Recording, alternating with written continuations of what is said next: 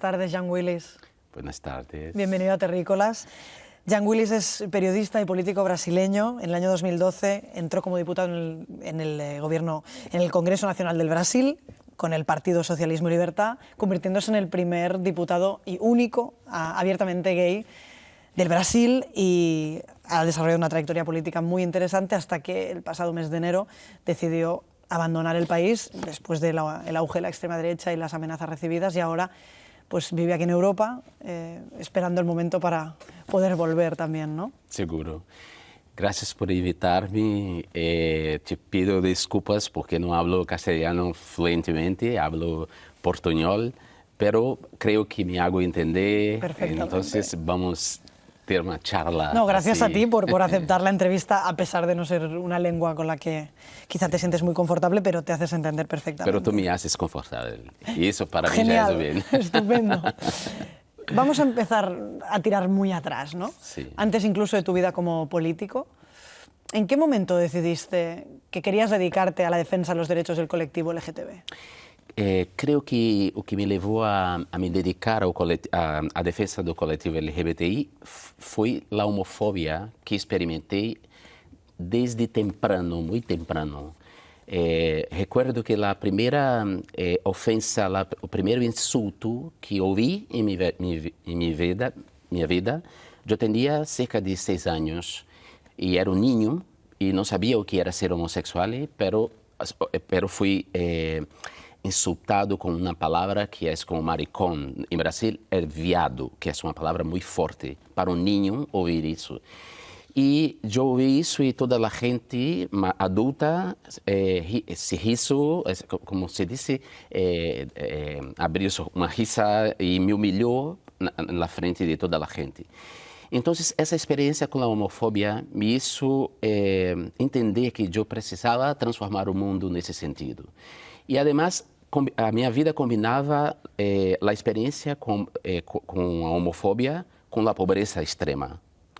Então, a Igreja Católica, a teologia da libertação, que é uma corrente mais progressista e de esquerda, digamos assim, católica, tinha um movimento pastoral onde eu ingressei também muito temprano, com cerca de 10, 11 anos, e isso me despertou para as injustiças que há no mundo. Há muitas injustiças, e a Igreja me mostrou que estas injustiças não são divinas, não são obras de Deus, são obras de los hombres. Los hombres tecem injustiças, então nós devemos desmontar essas injustiças. E aí comecei uma politização de minha existência.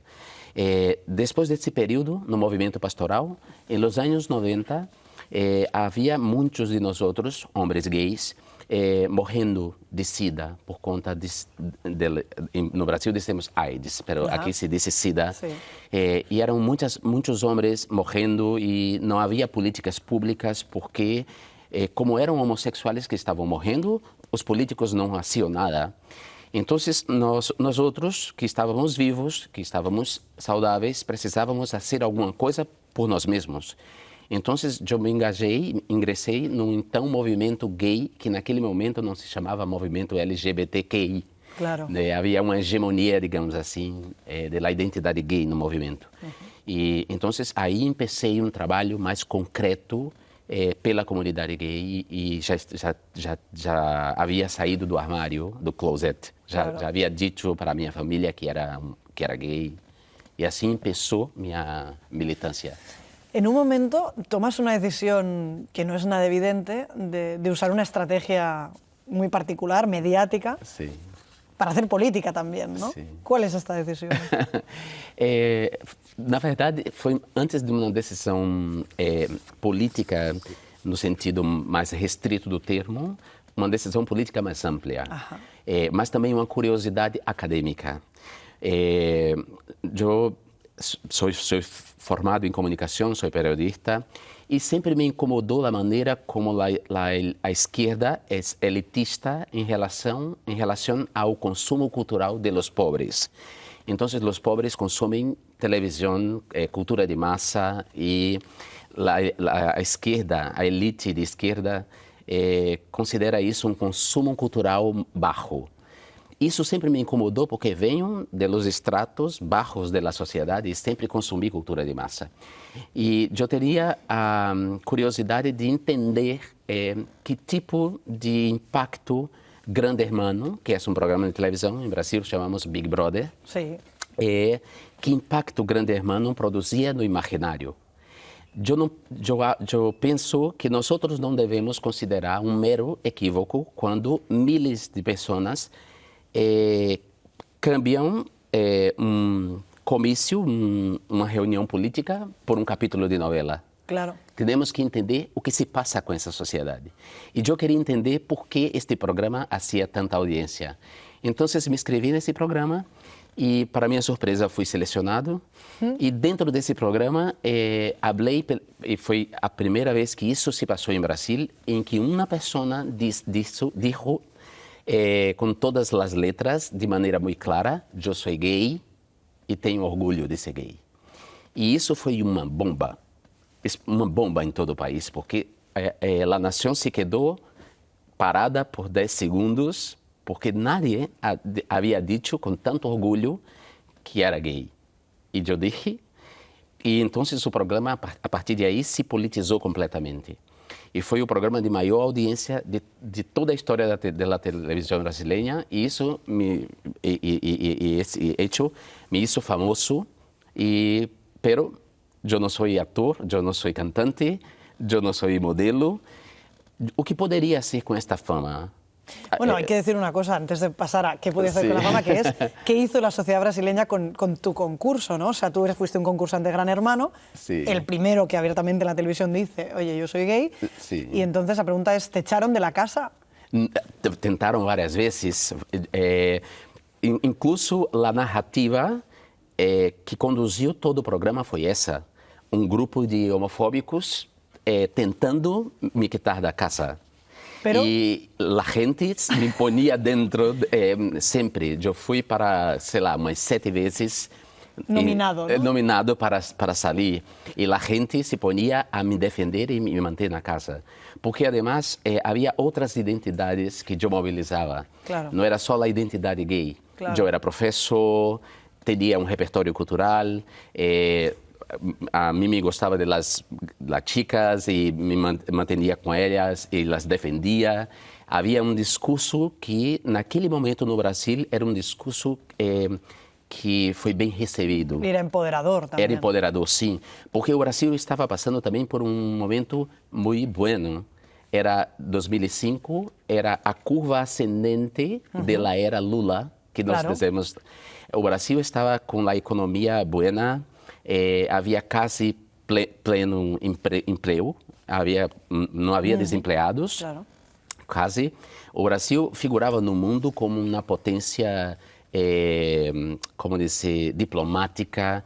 Então, esse clima também de estabilidade econômica favoreceu a gente aceitar a diferença e um discurso de um militante, de Bueno, um y ativista. no solo aceptarla, sino a incluso a inspirarse, ¿no? A Isso- querer ser, a querer. Sim, a querer ser, sim. E isso que foi incrível, porque me tornei protagonista do programa e venci o programa. E Ganaste el Big Brother. sim, saí campeão e com milhões, quase 50 milhões de votos. E eram votos diretos porque não havia internet na época. Claro.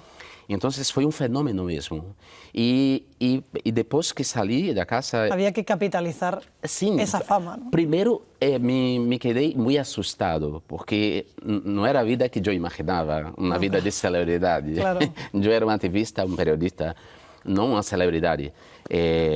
Mas, uma vez que isso se passou, eu precisava fazer disso algo positivo. Claro.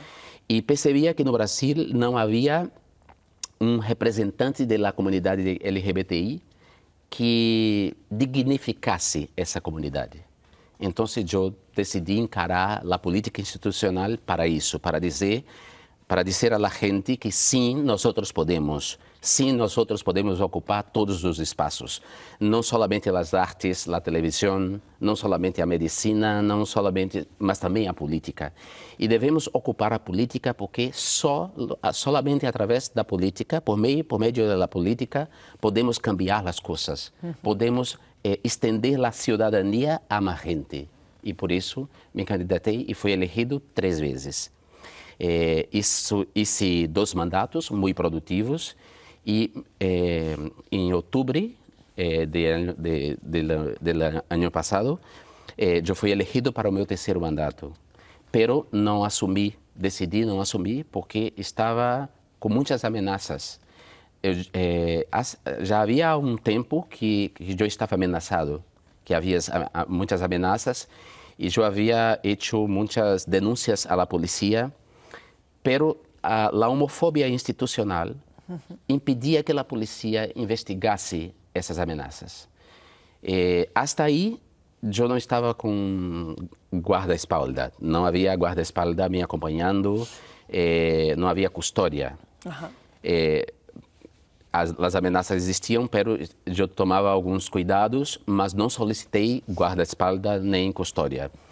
Mas em março de 2018, sim, minha companheira, amiga, companheira de partido que vivia na mesma cidade que eu, lesbiana, negra, de origem favelada, uma pessoa incrível, uma pessoa boa, foi assassinada de uma maneira brutal.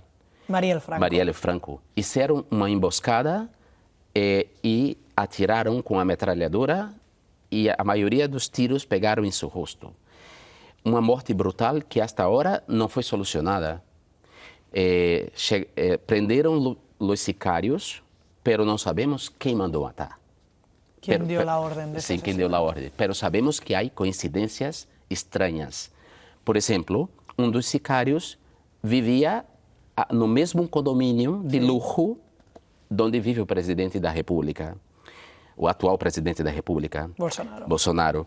E sabemos que o filho de Bolsonaro se enamorou da hija do sicário que matou a Marielle. E temos que perguntar como um policial qualquer tinha plata para viver num condomínio de luxo onde vivia o presidente. E há outras coincidências. O filho do presidente, Flávio Bolsonaro, isso uma declaração no Twitter quando Marielle foi assassinada. Uma declaração muito curtita se solidarizando.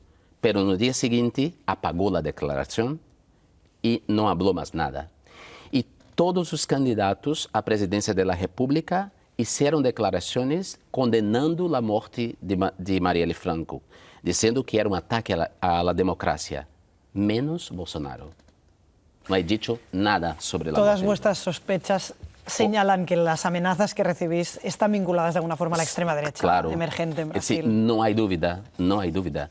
Las amenazas, quien practicó o crimen, los asesinatos. Los asesinatos son personas ligadas a la extrema derecha y seguramente quien me amenazaba, quien me continúa me amenazando, son personas de la extrema derecha. La extrema derecha no sabe hacer política como se deve fazer política com ideias. A extrema-direita mente, usa fake news e manipula as pessoas. A extrema-direita me parece que tem uma espécie de fascínio pela maldade. Não quer um mundo para toda a gente. É uma gente que pratica racismo, misoginia, homofobia, que rechaça os imigrantes. Eu não entendo cómo puede haber gente como esa, pero sé que hay. Hay una parte que es casi mejor no llegar a entenderlo, ¿no? Sí, sí. Y bueno, déjame decirte, supongo que mucha gente te lo dice, pero que la muerte de Marielle y otros activistas han sido sentidas en muchos lugares del mundo y que se siente mucho que tengáis que sostener esas situaciones de una vulnerabilidad tan extrema por exponeros públicamente, ¿no? Sí. Te quería preguntar sobre las fake news, pero antes, ¿por qué piensas tú que ha habido este auge? Porque, bueno, cuando tú llegaste a la política, la extrema derecha y Bolsonaro no eran lo que fueron al final, ¿no? Sí. Entonces, ¿cómo explicas tú esta emergencia tan poderosa? Da extrema derecha. Sí. Creo que há no momento uma internacional da extrema derecha. A extrema derecha está articulada em todo o mundo, isso é claro. E tem a ver com um avanço do movimento feminista e do movimento LGBTI. Creio que nós estamos fazendo conquistas de direitos que estão levando a um questionamento do patriarcado. e de todas as hierarquias e opressões que o patriarcado produz, sobretudo em relação às mulheres. Então, a extrema-direita decidiu se articular internacionalmente para impedir esses avanços. E tem se aproveitado da crise econômica. Então, sempre se aproveita da crise econômica. Da desesperança. ¿No? Sim, claro, do medo. Claro. Do medo, porque as pessoas têm filhos, têm perspectiva de vida, querem um futuro para seus filhos, para si mesmos, querem emprego, querem aposentadoria, querem... Claro. E quando há uma crise econômica e isso se põe em dúvida, sempre aparece alguém dizendo, apontando culpados. E aí é muito fácil culpar gente que historicamente já é atacada e já é difamada. Né? A Hannah Arendt, redirigir sim, a Hannah Arendt usa essa expressão, os grupos difamados. Em seu livro, As Origens do Totalitarismo, quando vai tentar explicar a ascensão de Hitler na Alemanha, deixa isso muito claro. Como foi possível a Alemanha compartilhar do sentimento antissemita e culpar a los judeus por todo o mal, por toda a crise econômica que se passava na Alemanha, entendes? E isso foi fácil porque os judeus, historicamente, já eram vítimas de difamação. O mesmo se passa com os outros LGBTI. Historicamente, somos vítimas de difamação. Passamos de pecadores para criminosos, de criminosos para doentes, para enfermos. Então, nossa luta é para combater estes três estereótipos. Os que nos tratam como pecadores, a igreja, né? Os fundamentalistas religiosos, os que nos tratam como criminosos, como alguns estados que criminalizam a homossexualidade. Há ainda 60 países onde a homossexualidade é crime e é penalizada. E quem nos trata como doentes e querem nos submeter a terapias o curas, cura que es padre. No, pero curas de la homosexualidad. Hay una cosa que, bueno, además en tu experiencia es muy fuerte y a mí es una de las cosas que más me impresiona de la fortaleza que tú tienes, y es que la extrema derecha, para poder derribarte a ti, ha tenido que usar estrategias, porque tú eres una persona enormemente popular en Brasil. Entonces ha tenido que echar mano de estrategias delirantes que nadie creería. Y que lograron modificar en el imaginario de la población brasileña. ¿Y cómo hicieron eso? Exacto. Si comparamos, por ejemplo, mi popularidad cuando salí do Big Brother, de Grande Hermano, o cuando vencí mi segunda elección, si comparamos esta popularidad con mi votación en la última elección, vamos a perceber que sim, hubo um cambio no imaginário, na percepção das pessoas em relação a mim. E por quê? Porque a extrema-direita utilizou uma tática muito suja de mentir, de espalhar, de difundir fake news por redes sociais que não são controláveis, como o WhatsApp, por exemplo. Tipo, que fake news circulaban sobre ti? Há muitas, mas a mais grave é a que me associava à pedofilia. Porque, mira, esta associação entre homossexualidade e pedofilia não é nova. Não. É histórica. Né? Se pegarmos, por exemplo, o julgamento de Oscar Wilde, há toda uma documentação sobre esse julgamento, vamos ver que em muitos momentos, a prensa hizo esta associação. Todos nós outros sabemos que quem mais pratica violência contra crianças, contra niños, são homens heterossexuais. E quase sempre padres, tios, vizinhos, ou seja... Ou algumas instituições. Ou algumas instituições, como a própria igreja, por exemplo, onde há muita prática de pedofilia, de abusos sexuais. Mas sabemos que os dados dizem isso, mas as pessoas, no imaginário das pessoas, é fácil a associação entre homossexualidade e pedofilia, porque as pessoas têm homofobia social, têm preconceito, prejuízo. E isso funcionou porque eu não tinha a mesma plata, não tinha os mesmos meios para combater a mentira. O sea, la gente creyó eso. Sim, ou creu ou quis ou quis acreditar. Claro. Porque se passa, Miquel, algo assim. Muita gente se sentia incomodada porque havia um homem gay no parlamento, uma autoridade da República, falando como todos os outros homens héteros, tendo os mesmos poderes, as mesmas prerrogativas, e poderia ali contestar todas as políticas anti-LGBTI. Isso incomodava a gente que pensa que o sítio, o espaço de um homem gay é um salão, uma peluqueria. Claro. Que o espaço de um homem gay é nas artes e não na política. Claro. Então, essa gente que estava molestada com a minha presença aproveitou a fake news para pôr para fora sua homofobia. No fundo, ela não creia em la fake news. Pero lhe interessava. Se interessava. A fake news justificava pôr para fora seu ódio homofóbico. É isso que passa. As pessoas se incomodam quando nós outros falamos, entendes? Quando nós outros temos voz, tu, eu, quando há outros de nós outros falamos sobre nós mesmos. Quando nós outros desconstruímos as narrativas que nos põem como subalternos. Quando nós outros enfrentamos e desmascaramos os aparatos conceituais que nos tratam como doentes, como enfermos, como pecadores, como criminosos. Elas se incomodam porque há privilégios. Os homens héteros, brancos, cisgêneros, querem manter seus privilégios, entendes?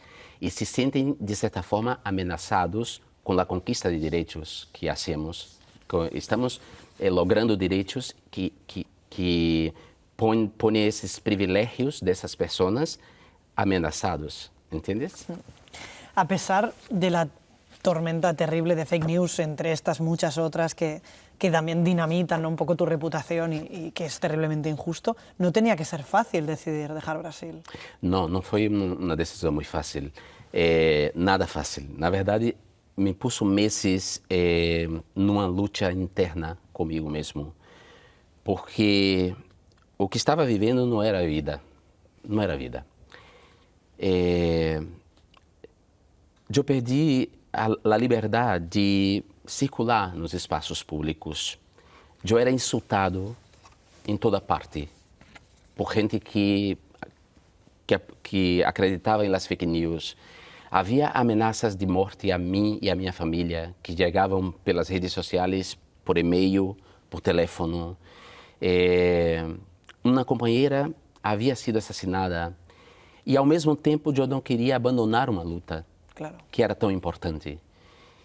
Então, meses passei nesta guerra, nesta luta interna, e estava afetando minha saúde psíquica. Eu estava tendo crise de pânico, por exemplo. Claro. E há pouco tempo, um assessor que trabalhou comigo, Rodrigo Veloso, escreveu um texto e relembrou um episódio que eu não havia contado para nadie.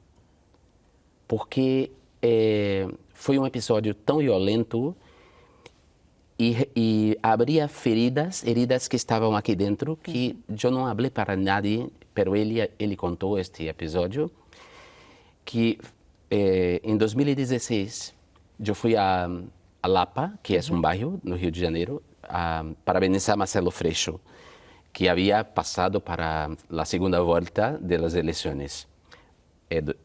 Marcelo Freixo é do meu partido, Vale. com quem Marielle trabalhava.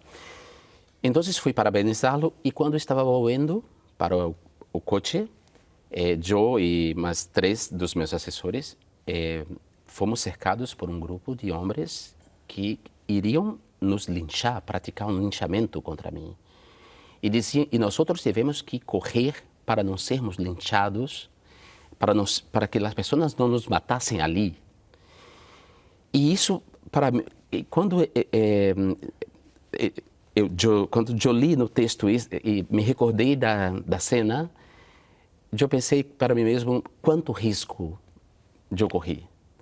Eu suportei muita coisa. Coisa que qualquer outra pessoa não iria suportar. Outros com um terço do que vivi, teria se matado, teria tirado sua vida. ou teria morrido de depressão. Eu resisti muito, muito. Agradeço a las pessoas que trabalharam comigo, meus assessores, Noêmia, Bruno, Mira, Rodrigo, não vou lembrar agora o nome de todos, mas estas pessoas que estavam mais próximas também foram responsáveis por me segurar, por me resguardar. Agradeço porque he vivido um inferno em Brasil e decidi sair porque as ameaças passaram a se estender à minha família. Claro. E eu tenho muito apreço por minha família e as escolhas que hice na vida foram minhas escolhas. Não quero que outras pessoas paguem por isso, sejam punidas pelas escolhas que hice. Contudo, Miguel, eu não vou calar-me. Não, claro. Quando saí do Brasil, a princípio pensava em quedar-me mais quieto, mais silencioso, mais anônimo para recuperar minha vida, para me curar das dores que todavia não estão curadas. Falar disso ainda me causa dolor, claro. sim. Pero também tenho uma responsabilidade política, uma responsabilidade com nós outros, uma responsabilidade com as pessoas que continuam em Brasil. Claro. Então, aqui na Europa, estou vivendo em Berlim, desde aqui em diferentes países, como Bélgica, Suécia, Espanha. Vas a seguir hablando. Sigo falando. Estive agora nos Estados Unidos. Sigues hablando. Sim, vou seguir falando, denunciando, vou seguir fazendo o que devo fazer, que é o certo, que é lutar por justiça, por igualdade, por respeto y pela diferencia. Jan, ahora más te escuchaba y recordaba cuando Mújica, el expresidente de Uruguay, también envió ese mensaje diciéndote que no hacía falta una actitud heroica, que tu trabajo yéndote también tenía valor, ¿no? Y eso lo pensamos mucha gente.